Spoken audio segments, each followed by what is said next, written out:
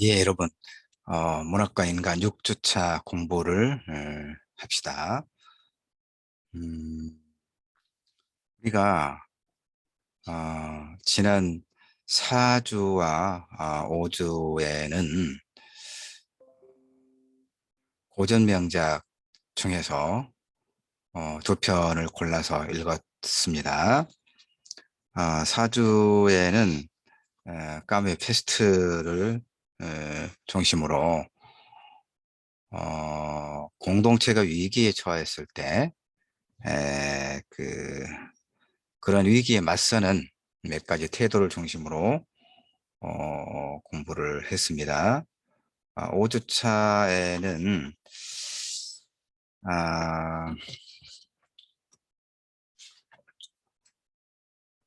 프란츠 카프카의 소설 변신을 읽으면서 어떤 정체성의 문제, 그리고 가족이란 무엇인가, 그다음에 효율성과 생산성만을 추구하는 자본주의 체제가 갖고 있는 자본주의 시스템이 갖고 있는 어떤 모순, 이런 것에 대해서 공부를 했죠.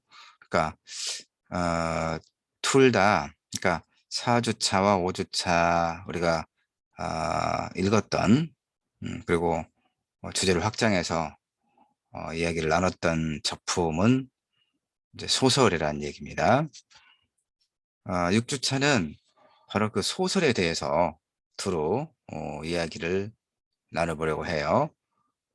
자료는 지금 PDF가 16페이지짜리고 이걸 1차시, 2차시, 3차시 나눠서 설명을 하려고 합니다. 그러니까 이거는 이제 6주차 공부 소설에 대한 것은 소설은 무엇인가와 관련된 하나의 이론 수업이에요. 음. 그러니까 4주차와 5주차 작품을 먼저 읽었던 것은 이론을 먼저 공부를 하는 것보다는 텍스트를 먼저 읽고 난 다음에 그 텍스트를 뭐 중심으로, 뭐 중심이라기보다는 참고해서 이론을 공부하면 훨씬 더 이해가 더 잘 되기 때문에 배치를 이렇게 나누어서 좀 바꿔서 하는 겁니다. 그래서 6주차는 소설이란 과연 뭔가 하는 것을 이론적으로 살펴보도록 하겠습니다. 중간중간 4주차와 5주차에 공부했던 패스트, 그리고 변신을 중심으로 한 그걸 참고해서 또 소설에 대한 이야기를 아마 진행할 수 있을 것입니다. 이제 6주차에 이야기하고자 하는 소설에 대한 이론은 내 책 소설에 대하여를 중심으로, 거기에 들어있는 내용을 중심으로 이야기를 나누게 될 겁니다. 이제 우리는 한국 문학만 한정하는 건 아니지만 또 내가 다른 책, 한국 문학과 그 주체, 이 책은 전에 이제 한국 문학의 이해, 보통 한문이라고 하고 그 뒤로 이제 과목 이름이 변경됐죠. 뭐 한국인의 삶과 문학이죠. 한산문 줄여서. 한산문을 이제 강의할 때는 내가 한국문학과 그 주체, 내 책을 주로 교재로 사용을 해서 수업을 하고, 그다음에 이제 문학과 인간에서는 이제 소설에 대해를 주로 가지고 또 수업을 하기도 합니다. 이제 소설에 대해서 대하여라고 되어 있지만 저 위에 작은 글씨로 보면 소설에서 수필까지 문학을 이야기하다. 그러니까 현대문학의 이해라고 하는 또 그 내 책이 있었는데 그게 이제 절판돼 가지고 소설에 대하여라고 새로 소설을 중심으로 쓰면서 이제 시라든가 수필, 동화, 이런 이제 다른 장르의 이론까지 같이 이제 소설에 대하여로 담아놓고 있습니다. 자, 일단 그 소설이라고 하는 것이 뭔가를 설명을 하면 우선 이제 1차 시에는 그냥 편하게 이야기를 할게요. 2차 시부터 이제 이 자료를 보면 됩니다. 여러분에게는 이 자료 제공해 주니까 그 전체적으로 살펴보면 우리가 6주차에 내가 이야기하고 있는 이 소설은 무엇인가에 대한 내용은 이제 거기 이 자료에 다 들어 있어요. 그러니까 소설이란 이제 그 이야기를 이야기하는 거야. 이제 이 말은 좀 낯설죠. 내가 소설 창작 교실에서는 이제 이런 얘기를 굉장히 많이 합니다. 소설은 뭐냐? 이야기를 이야기하는 것이다. 이런 얘기. 이야기를 이야기하는 거. 그러니까 그 소설 구성에 세 가지 요소가 있죠. 여러분, 소설 구성의 3요소. 어, 인물이 필요하죠. 인물. 그다음에 배경이 필요하고, 그리고 그 배경 안에서 어떤 사건이 일어남으로써 이야기가 앞으로 나아가는 거죠. 우리 4주차에 공부했던 페스트라고 하는 소설은 어떻습니까? 인물이 누굽니까? 의사 리웨라든가 기자 랑베르라든가 그다음에 타루라든가 파눌로 신부라든가 이런 주요 인물들이 있었잖아요. 인물. 그다음에 배경은 어디입니까? 알제리 그 작은 항구 도시 그 금방 또 오랑이라고 하는 작은 항구 도시. 예. 그리고 그 도시에서 어떤 일이 일어난 겁니까? 쥐들이 피를 토하고 사람들 곁에서 죽어가고 결국은 그 도시가 아, 페스트에 감염돼서 1년 동안 도시가 봉쇄되면서 많은 사람들이 죽어나가고 어, 그런 가운데서 의사 리에를 비롯한 이 보건대를 조직해서 그 페스트와 맞섰던 사람들의 그런 어떤 감동적인 이야기 이런 것이 페스트라고 하는 소설의 구성이죠. 그래서 소설 구성의 3요소는 다시 뭐라고 했습니까? 인물, 인물, 그리고 배경. 배경에는 뭐 시대적, 역사적, 시간적, 뭐 공간적 이런 배경이 같이 맞물려 있고요. 그다음에 이제 사건 내지는 갈등 아까 이야기했었죠. 예. 그러니까 그런 소설 구성의 3요소를 활용을 해서 하나의 이야기가 들어있죠. 테스트에는. 그렇죠? 테스트에는 이야기가 들어있습니다.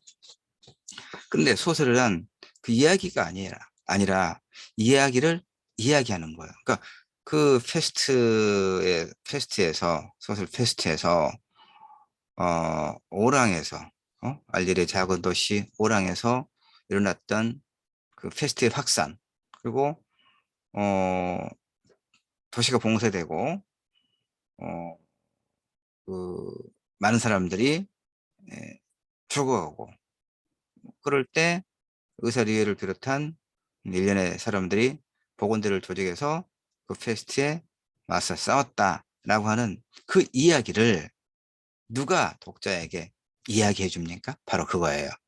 어, 소설이란 이야기를 이야기하는 것이다. 이런 얘기야. 그것은 그러니까 누가 이야기를 해 줍니까? 서술자가 있죠. 서술자. 어떤 이야기를 독자에게 전달해 주는 사람. 뭐 화자라고도 하지만 보통 시에서 이제 화자라고 많이 하니까 소설에서는 서술자라고 이야기합니다.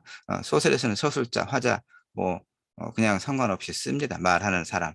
다만 이제 시에서는 나중에 시를 또 공부하겠지만 시에서는 서술자라고 하지 않습니다. 시에서는 화자, 말하는 사람. 그러니까 소설에서 서술자는 이야기를 이야기하는 사람. 이게 더 정확합니다. 그래서 소설에서 이야기할 때는 보통 서술자라고 이야기할 겁니다. 자, 다시. 소설은 그러니까 이야기를 이야기하는 것이다 라고 했고, 이야기를 이야기한다는 얘기는 이야기하는 사람의 문제죠. 어? 서술자. 그러니까 서술자의 관점, 태도. 이게 중요하겠죠. 그러니까 역사란 무엇입니까? 역사란. 음, 역사가가 자신이 본 어떤 사건을 기록하는 것이죠. 우리들은 어떤 역사가가 자기가 보고 경험하고 파악한 어떤 사건을 문자로 기록해 놓은 것을 우리는 읽고 그것을 역사라고 이야기하죠. 그렇죠? 그런데 이 역사 소설과 관련해서 크게 이제 두 어떤 그 부딪히는 역사관이 있어요.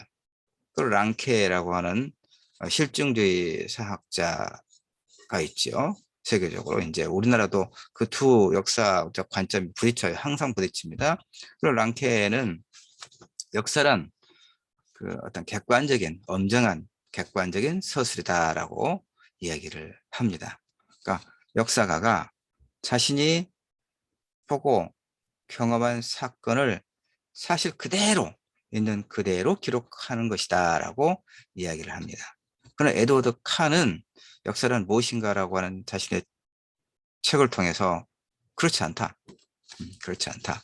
역사가가 엄정하게 객관적으로 그 사건을 기록할 수가 없다. 왜냐하면 우리가 사진을 찍을 때 어떤 풍경이나 인물, 어떤 대상을 찍을 때 카메라의 그 프레임 안에다가 우리는 그 어떤 대상을 보다 더 내가 보고자 하는, 그다음에 기록으로 남기고자 하는 어떤 풍경, 어떤 광경, 그것에 소위 프레임에 어떤 대상 그대로가 아니라 프레임 안의 대상을 우리는 찍는 것이죠. 그러니까 역사가가 역사를 서술할 때, 기록할 때 있는 그대로가 아니라 일어난 사건을 어떻게 해석하고 있는가 하는 소위 관점과 태도가 역사 서술에 일정하게 영향을 미칠 수밖에 없다. 그래서 역사 서술이 엄정하게 객관적으로 기록된다는 것은 우리가 신뢰할 수 없다. 그래서 역사는 우리가 있는 그대로를 받아들일 것이 아니라 오늘의 관점에서 끊임없이 재해석이 필요하다라고 하는, 이게 이제 대화주의라고 말할 수 있겠죠. 역사 서술에 있어서. 예. 이렇게 랑케와 에드워드 카의 역사적 관점이 늘 이제 서로 충돌하고 그렇습니다. 소설도 마찬가지입니다. 이야기를 이야기하는 거라고 그랬잖아요. 우리가 이제 여러분 중에서도 뭐 운전을 하는 친구들이 있을지 모르겠는데, 운전을 하다 보면 크고 작은 접촉사고라든가 또 심하게는 이제 우리가 뉴스 보도를 보면 추돌사고가 일어나서 사람이 생명을 잃기도 하고 차량이 이제 불타기도 하고 이렇게 피해가 있잖아요. 굉장히 이제 그 운전을 거칠게 하는 사람도 많고, 그래서 교통사고가 굉장히 많죠, 우리나라가. 자, 사거리에서 교통사고가 크게 일어났다고 한번 생각해봐요. 어떤 사건을 가정을 해봐요. 예, 그러면 거기에는 이야기가 다 들어있죠. 소설 구성의 3요소가 인물, 차량 A 차량이 차량 B를 추돌했다. 사건이죠.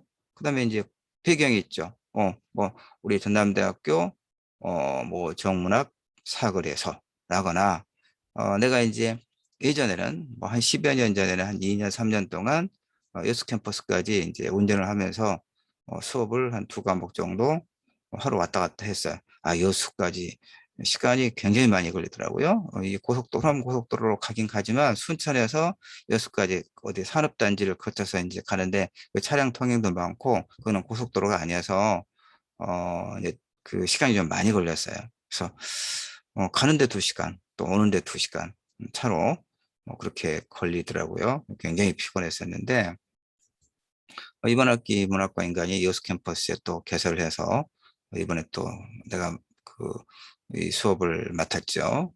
그런데 이제 코로나 바이러스 확산세가 지속되고 있어서 지금 비대면으로 이렇게 수업을 하니까 나로서는 조금 좋은 편이죠. 끝까지 왔다 갔다 하면 너무 힘들 텐데, 아마 내년에도, 그러니까 지금 2021년도 2학기고 내년은 2022년 1학기인데 어쩌면 또 내년에도 이렇게 여수 캠퍼스에 문학과 인간 이 배정돼서 나한테 또 배정이 된다면 내가 가야 되나? 아니에요. 그냥 지금 이제 국립대학교는 코로나 바이러스 상황이 좀 현저하게 개선이 되더라도 그 수업 교수가 내 과목은 이렇게 비대면으로 하겠다라거나 그렇게 지정해서 할 수가 있어요. 그래서 만약에 내년 1학기에도 문학과 인간이 역캠에 개설이 되고 그게 또 내가 수업을 맡게 된다면 내가 여수까지 가기는 굉장히 힘들 것 같아서 내년에도 비대면으로 이렇게 해볼 생각입니다. 뭐, 그 나중에 할 얘기까지 했네요.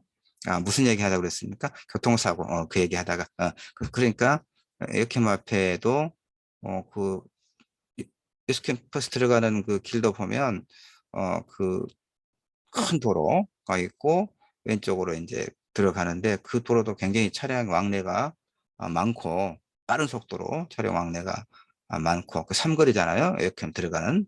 그래서, 말이 삼거리지, 역캠에 들어가는 길이 하나 있고, 이제 양방향으로 큰 도로가 있어서 차들이 엄청나게 빠른 속도로 많이 다니고 굉장히 위험하더라고요. 그러니까 그런 데서 자, 교통사고, 초도사고가 딱 났다. 자, 그러면 이제 인물, 차는 뭐 운전자가 있으니까 하여튼 추돌한 뭐 A, 예, 차의 운전자, 그다음에 추돌당한 피해자, B 차량의 운전자, 이렇게 인물이 있고, 그다음에 이제 그 배경 있잖아요. 공간적 배경, 뭐 시간 몇 시 있고, 그다음에 사건, 추돌 사고. 자, 이렇게 이야기 구성 요소가 갖춰져 있죠. 근데 그것만 가지고는 소설이 아니죠. 이야기가 아니죠. 그 이야기를, 그 사건 현장을 목격한 누군가가 그걸 이제 진술하겠죠.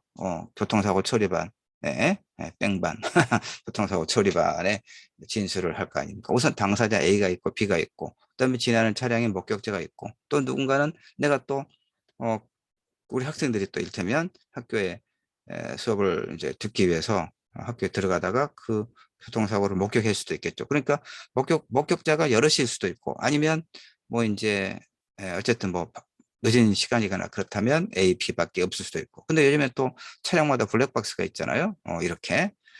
그래서 다시 말해서 그 사건을, 그러니까 그 어떤 교통사고라도, 지금 내가 무슨 얘기하는 가 좀 잘 보세요. 그냥 내가 쓸데없이 이것저것 막 섞어서 이야기하는 게 아니라 지금 어떤 이야기를 하다고 그랬냐면, 서술자의 관점, 태도를 이야기하다가 역사 서술에 있어서 랑케가 말한 실증주의, 그다음에 에드워드 카가 말한 대화주의, 이걸 이야기하다가 지금 하나의 교통사고를 하나 예로 드는 거예요. 그렇죠? 여러분이 이 맥락을 잘 이해를 해야 돼요. 그래서 교통사고가 발생했다. 그러면 우선 가해 차량 A, 피해 차량 B라고 합시다. A와 B의 진술은 다르겠죠. 가해 차량 A는 어쨌든 자신의 그 책임을 면해 보려고 그 앞서가는 차량이 갑자기 브레이크를 밟았다거나 이렇게 되게 그래요, 보면. 예. 그럼 그 추돌을 당한 그 피해자, 소위 B 차량의 운전자는 또 나름대로 자신의 피해를, 왜냐면 그 운전하다가 추돌 사고가 일어나면 어느 일방이 100% 과실이라고 하는 것이 잘 안 되거든요. 예, 이게 움직이는 차량이기 때문에 피해 차량도 한 20%라거나 30% 대체로 지금까지 그래왔거든요. 근데 그건 너무 억울하니까 이제 일방적으로 이렇게 추돌했을 경우 가해 차량에게 이제 100%의 과실을 이제 그 책임 지우는, 이런 이제 조금 바꿔지긴 했지만, 어쨌든 이 움직이는 차량이, A, B 차량이 서로 추돌을 해서 사고가 일어났다. 그러면 이제 그 과실 비율을 따지거든요. 그러니까 가해자는 100% 과실을 따지 않으려고 온갖 소리를 다 하는 거고, 피해자 B 차량은 너무 억울하잖아요. 차도 깨지고 몸도 다치고. 그런데 과실 비율이 10%는 20% 그러면 얼마나 화가 나겠어요. 그러니까 하여튼 온갖 어떤 이야기를 통해서 내가 100% 지금 피해자라고 하는 것을 진술하고 그러겠죠. 그러니까 같은 사건이라도 우선 당장에 가해 차량인 A와 피해 차량인 B의 진술 자체가 좀씩 상이하겠죠. 어떤 경우든 그 두 사람이 에, 그 일치하는 경우가 거의 없어요. 나도 교통사고를, 추돌사고를 한 두 번, 세 번 경험했는데, 막 와서 나를 받아놓고 오히려 이제 그 헛소리 하는 경우가 많아서 아주 예를 먹기도 하고, 나도 경험을 그렇게 했거든요. 그러니까 일치하지가 않아요. 그러면 이제 그를 바로 역설서술이라고 하는 게 바로 그런 거예요. 어떻게 그 사건. 근데 이제 그, 예, 일단 그 정도 하고요. 또 나중에 이야기할게요. 하여튼 소설이란 이야기를 이야기하는 것이다. 중요해서 내가 계속 예를 들면서 반복해서 이야기하고 있습니다. 소설이란 이야기를 이야기하는 것이다. 그 말은 서술자의 관점, 태도가 중요하다는 그런 얘기단 말이에요. 소설은 서술자가 반드시 필요해요. 소설에서는. 그러니까 그러니까 누가 보고, 그렇죠? 누가 보고, 그 교통사고를 누가 보고, 또 누가 이야기하는가가 매우 중요한 문제다, 이런 얘기죠. 되면 진술에 따라서 그 교통사고의 과실 비율이 전혀 달라질 수가 있죠. 사실은 가끔씩 그런 것이 조작이 돼가지고 억울한 피해자가 발생하고, 그러죠. 가해자가 피해자가 되기도 하고, 이렇게 뒤바뀌어서 경찰이 들으면 안 되니까, 특정하지는 않았으니까 뭐 명예훼손이나 모욕죄는 아닐 거예요. 하여튼 그런 보도가 있었거든요. 사실은. 그러니까 이 그 목격자의 전술이 이제 블랙박스가 없을 경우에 이 목격자의 진술이 굉장히 중요하죠. 그러니까 소설에서는 누가 보고 똑같아요. 누가 보고 누가 이야기하는가가 매우 중요하다. 그 말은 그, 소위 태도는 뭐예요? 가치관의 문제, 가치관. 가치관은 또 뭡니까? 세계관이에요. 다시 말해서 무엇이 옳고 무엇이 그른가에 관해서, 무엇이 아름답고 무엇이 추한가에 관해서 자신의 주체적인 관점이 올바르게 확립되지 않으면 우리의 생활 경험이 아무리 풍부하다 하더라도 독자에게 익히는 좋은 소설을 창작하기는 어렵겠죠. 그러니까 바로 그거예요. 역사가가 엄정한 객관적 시선으로 어떤 사건을 기술한다? 난 그 에드워드 카가 그렇지 않다라고 이야기했던 것과 같은 그런, 그러니까 에드워드 카의 그 역사 소설을 나는 그런 관점을 좀 지지하는 편이에요. 왜냐하면 금방 좀 길게 설명했던 교통사고의 경험을 하더라도 그렇거든요. 그러니까 어떤 이해관계에 따라서 같은 사건, 그야말로 일어난 사건을 어떻게 진술하는가는 이해관계에 따른 것이고, 그다음에 이제 목격자의 경우도 어떤 그 부정확한 어떤 그러니까 그 교통사고를 어느 어느 방향에서 봤는가에 따라서도 사실은 그 가해와 피해의 어떤 정도라든가 이런 것이 진술이 달라질 수 있거든요. 그러니까 그 목격자의 진술이 100%또 신뢰할 만한 건 아니단 말이에요. 어느 각도에서 그 사건을 보았느냐 하는 것도. 그다음에 그 A 차량과 B 차량과 아무런 그 어떤 이해관계가 존재하지 않는가. 이것도 굉장히 중요하겠죠. 예, 이런 것들. 그래서 소설도 역시 소설자의 어떤 그 관점, 태도, 이것이 매우 중요하다 이런 얘기예요. 자, 사르트르는 내가 이제 그 프랑스의 실존주의 철학자 사르트르 작가고, 이 사르트르는 노벨 문학상 수상도 거절했던 사람이에요. 노벨 문학상, 우리 한국은 노벨 문학상 받지를 못해가지고 해마다 10월인가 11월인가 노벨상 그 수상하는 계절이 돌아오면 안달이 나죠. 안달이 납니다. 여러 노벨상 중에서도 노벨 평화상 전에 김대중 대통령이 한번 딱 받았을 뿐이죠. 문학상은 뭐 받지도 못하고, 바로 이런 거죠. 받지도 못했다는 얘기는 노벨 문학상이 갖고 있는 세계적인 어떤 그 권위라고 하는 게 있잖아요. 그 상금만 하더라도 우리나라 돈으로 13억 원이 넘잖아요. 그러니까 노벨 문학상을 심령이가 노벨 문학상을 받았다. 그러면 심령이 이제 전방의 무명 작가 심령이가 아주 세계적인 작가로 발돋움하겠죠. 예. 그게 이제 노벨 문학상이 갖고 있는, 상이 갖고 있는, 그다음에 상금의 크기가 갖고 있는 어떤 이제 권위라고 말할 수 있어요. 근데 사르트르는 왜 그런 노벨 문학상을 단호하게 거절했느냐?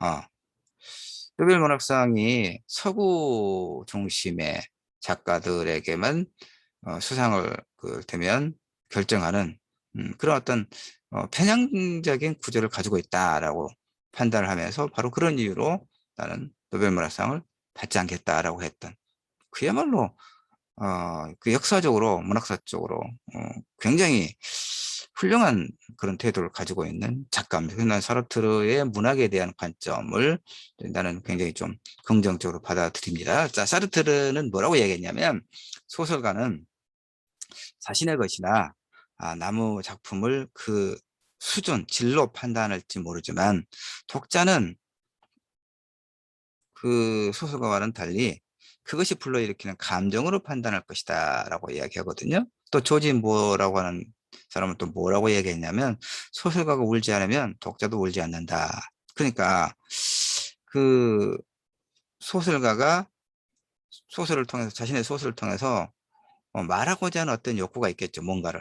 예. 나도 이제 작년에 편했던 장편 소설 오늘의 기분을 통해서 뭔가를 이야기하고자 하는 그런 욕구가 있었겠죠. 그 소위 말하고자 하는 소설가의 그런 욕구와, 그다음에 이제 그 소설을 읽은 독자가 그것을 받아들이는 행위 사이에는 간극이 존재한다 이런 얘기예요. 간극이 존재하겠죠? 그러니까 사르트르는 소설가는 자신의 것이나 남의 작품을 그 질로 판단할지 모르지만, 평론가도 그렇고, 근데 독자는 그 소설에서 불러일으키는 어떤 감정, 이것은 이제 다른 얘기를 하면 어떤 울림이나 감동 이런 걸 말할 거예요. 그러니까 초진보가 말했던 것처럼 소설가가 울지 않으면 독자도 울지 않는다. 이런 얘기를 한 거죠. 그러니까 문제는 이제 뭐냐면 우리가 어떤 것을 보고 공감하고 직접 강력한 느낌을 가졌다고 할 때, 지금 여기서 이제 우리라고 하는 것은 작가의 경우입니다. 예. 그러니까 소설가는 다른 사람들을 인식할 수 있는 감수성 있는 인물이어야 하고, 흥분하고 기뻐하고 격노하는 인물이어야 하고, 때로는 다정다감하고 이해심이 있어야 한다. 이런 얘기거든요. 즉, 감정이입이, 예? 작가가 여러 현상에 대한, 또 여러 어떤 인물들에 대한 감정이입, 타인과 자신을 동일시하는 공감의 능력, 즉 타인의 감정을 대신 느낄 줄 아는 것이 소설가들에게 요구되는 매우 중요한 자질이다.